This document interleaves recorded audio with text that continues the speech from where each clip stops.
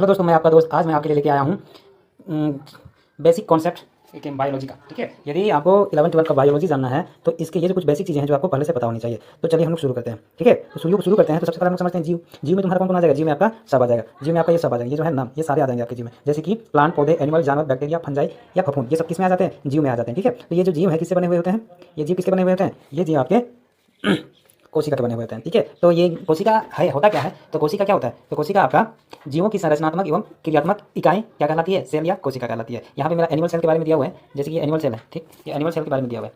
ठीक है ना, ये एनिमल सेल के बारे में यहाँ दिया हुआ है। जैसे क्या दिया हुआ है? एनिमल सेल में मेरा क्या होता है? सेल मेम्ब्रेन होता है, साइटोप्लाज्म होता है, न्यूक्लियस होता है, एंडोप्लाज्मिक रेटिकुलम होता है, राइबोसोम होता है, और इसका जो क्या नाम है, इसका जो नाभिक है या केंद्रक है, ये पूरी तरह से क्या होते हैं? सुविकसित होते हैं एनिमल सेल में, जिसको हम लोग प्रोकैरियोटिक भी कहते हैं। समझ में आ गया बात? ये क्या है? एनिमल सेल का चित्र है जो बेसिक चीज़ है। और उसी तरह से यहाँ पे जैसे यहाँ पे क्या लिखा हुआ है? जैसे लिखा हुआ है सेल मेम्ब्रेन, प्लाज्मा में कोशिका की बाहरी परत पदार्थों को आगमन करने में करती है। उसके बाद है साइटोप्लाज्म।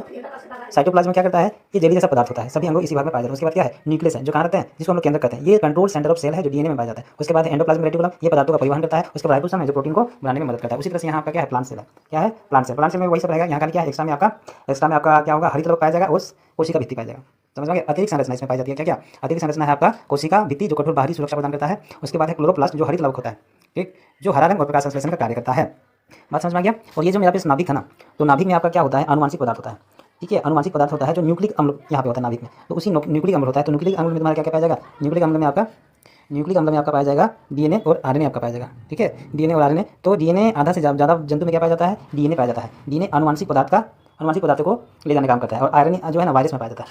ठीक, उसके बाद जैसे कि ये वायरस है, वायरस जैसे कि वायरस, इसमें भी क्या होता है? आरएनए या डीएनए दोनों का बना हुआ होता है। लेकिन ये जो है ना, ये इसको कोशिका, हाँ, ये आरएनए और डीएनए दोनों का होता है। इसकी क्या विशेषता है? इसकी विशेषता ये है कि सजीव और निर्जीव की मध्य की कड़ी है। इनमें सेल नहीं होती है। इनमें केवल डीएनए या आरएनए प्रोटीन कोट पाया जाता है। उदाहरण जैसे कि क्या हो गया? एचआईवी हो गया। ठीक है, उसी तरह से यहाँ प्लांट है। प्लांट में क्या है? रूट है, जड़ है, लीफ है, ये सब क्या है ना। तो यहाँ हम आपको बोलेंगे सोमैटिक सेल या वेजिटेटिव सेल के बारे में। तो कोशिका कोशिका क्या होता है? यहाँ पे जितना भी नाम बोले ना, root, skin, leaf, flower, fruit, तो शरीर के सामान्य कोशिका को हम लोग क्या कहते हैं? एक वेजिटेटिव या काइक कहते हैं।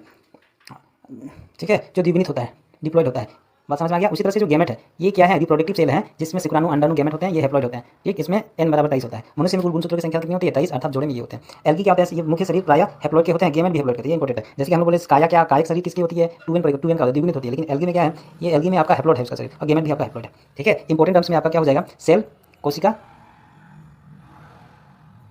हाँ, सेल के देखो, कोशिका, क्लोरोप्लास्ट, हरित लवक, न्यूक्लियस में केंद्र, डायप्लॉइड, द्विगुणित होता है। साइटोप्लाज्म में कोशिका हैप्लॉइड होता है, अगुणित होता है।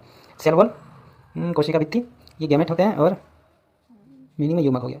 ठीक है, जैसे क्यूब डिवीजन है, जैसे सेल जीवन की मूल क्या है? प्लांट सेल में सेल वॉल प्लस क्लोरोप्लास्ट होता है। एनिमल सेल में सेल वॉल नहीं होता है। वायरस में सेल नहीं होता है। सोमैटिक सेल में 2n